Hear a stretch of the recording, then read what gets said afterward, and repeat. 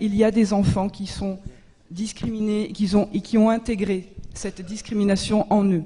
Ce qui donne dans la classe des gens qui se sentent mal et qui le disent de certaines façons. Hein. Par exemple, des petits tout qui disent, mais l'école, ils disent, mais il y a les Français puis il y a nous. D'accord. Donc moi, ce que je fais, c'est que je remets tout le temps du sens de la présence de l'enfant dans sa classe. C'est-à-dire, pourquoi tu es là? Et je parle de ses parents, je parle de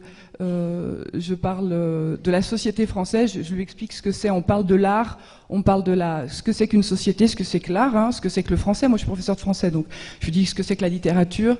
Je parle de tout ça, et in fine, on s'aperçoit que tout le monde est légitime à être dans cette classe, à cette minute-là et à ce jour-là. Ça remet les compteurs à zéro, et on a un groupe classe. Assez souvent, lorsqu'on traite ces questions-là, on part d'un postulat universel, c'est-à-dire en fait il faut une tolérance universelle, nous sommes tous égaux, etc. Sauf qu'on n'entend pas a priori ce que vivent les individus qui sont concernés par des discriminations. Et par exemple, comparativement à ça, j'ai fait un travail à Paris. Et à Paris, il y a beaucoup d'actions qui travaillent sur l'égalité femmes-hommes, sur les violences sexistes, etc. Et c'est très nécessaire. Mais avec un postulat qui est redoutable, qui est qu'on va intervenir dans les quartiers populaires, hein, parce qu'on présuppose que les jeunes des quartiers populaires sont sexistes, sont homophobes, et bizarrement, ça ne marche pas. Effectivement, on vient confirmer qu'ils sont sexistes et homophobes, sauf qu'à aucun moment, on entend les discriminations qu'eux-mêmes peuvent vivre. Et je pense qu'il y a vraiment un enjeu, c'est-à-dire dans la reconnaissance, de travailler d'abord sur moi, ce que j'appelle le concernement singulier, c'est-à-dire effectivement, on a des expériences singulières de discrimination en fonction de ce que l'on est. Et après, effectivement, on peut accéder à des positionnements, on va dire, d'intéressement général, universel, où on se dit, effectivement, on est attentif aux discriminations que peuvent vivre les autres, mais avant tout, ça exige d'abord que soient reconnues les discriminations que nous-mêmes on vit. Et paradoxalement, quand on va voir les personnes sur le terrain, elles n'osent même plus utiliser le terme de discrimination.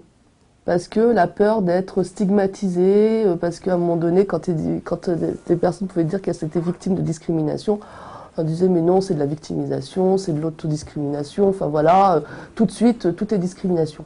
Et donc, au moment où le politique et où les experts ou les techniciens s'emparent de cette question-là en disant effectivement il faut qu'on travaille là-dessus, la population elle se retire complètement en disant non mais je vais encore être stigmatisée, j'ai peur d'être stigmatisée. Le dernier point c'était celui de la parole des personnes discriminées. Je crois que vous avez très bien montré comment il est difficile de nommer ce qu'on vit et comment il faut être extrêmement attentif, être extrêmement délicat je pense dans l'écoute, dans l'accueil et dans l'accompagnement donc des personnes qui vivent des situations de discrimination, sans soi-même reproduire la violence en allant plus vite que la musique. Je pense que c'est aussi tout le travail qui peut être fait au niveau de certains quartiers. Quand on parlait aussi d'université populaire, à un moment donné, c'est aussi aller à la rencontre des gens, les informer sur leurs droits. Je crois que là, il y a de quoi faire. En se disant, tiens, ce quartier, cette ville m'intéresse, il faut qu'on fasse ensemble quelque chose. D'où là l'idée de l'université populaire, dont la première a vu le jour. On a sur le quartier Mistral, en tout cas, cette possibilité, avec la Maison des Habitants, de construire un espace de rencontre, de dialogue, de réflexion et de formation. Si localement nous tendons vers ce type de démarche à travers la mise en place d'universités populaires, nous n'en sommes encore qu'au balbutiement en ce qui nous concerne.